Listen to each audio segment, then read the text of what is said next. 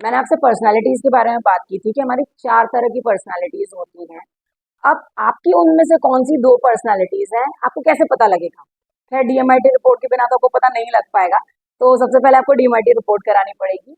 अब इस रिपोर्ट में आपकी दोनों पर्सनालिटीज निकल के आती हैं, प्राइमरी और सेकेंडरी। कई बार ये पर्सनालिटीज सेम होती है। सपोज फर्स्ट भी डव है, सेकेंडरी भी डव है। कई बार ये दोनों अलग अलग होती हैं कि आपकी प्राइमरी पर्सनालिटी पीकॉक है, सेकेंडरी आउल है। कई बार ये पर्सनालिटी बिल्कुल ही ऑपोजिट होती है कि आपकी प्राइमरी पर्सनालिटी डव है और सेकेंडरी पर्सनालिटी ईगल है। तभी आपको कई बार अपने खुद के बिहेवियर के बारे में समझ में नहीं आता कि कई बार हम लोग एकदम से गुस्सा हो जाते हैं, कई बार हम लोग बहुत बड़ी बड़ी सिचुएशंस में भी शांत रह लेते हैं, कई बार हम लोग बहुत ढीठ हो जाते हैं, कई बार हम लोग बहुत लिबरल हो जाते हैं। तो ये सारी चीजें कई बार हमें अपने ही बिहेवियर के बारे में समझ में नहीं आती है। इसके कारण कि हम लोग सेल्फ डाउट्स में घिर जाते हैं। और रही बात इस समाज की, वो हमें सेल्फ डाउट्स में डालता चला जाता है, ये समाज की आदत होती है। तो हमारे काउंसलिंग सेशंस के दौरान हम दोनों पर्सनालिटीज को डिफरेंटली समझते हैं। कब आप पे कौन सी पर्सनालिटी हावी होती है, हम उसको डिस्कस करते हैं। और जब आप उस पर्सनालिटी में होते हो तब आप कैसा बिहेव करते हो, हम उसको डिस्कस करते हैं।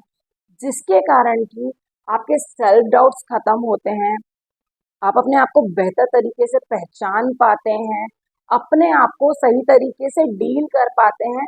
और तभी आप अपनी खूबियों को निखार पाएंगे। जब आप अपने बारे में शक नहीं रखेंगे, कोई डाउट नहीं रखेंगे, तभी आप अपनी पर्सनालिटी को निखार पाएंगे और अपना बेस्ट परफॉर्मेंस दे पाएंगे।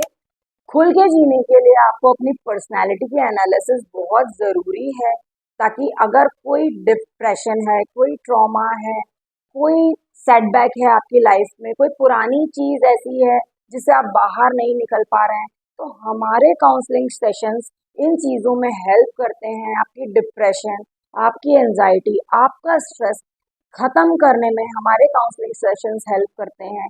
सबसे पहले अपने आप को समझिए, उसके बाद ही आप अपनी प्रॉब्लम से बाहर आ पाएंगे। ये हमारा मानना है।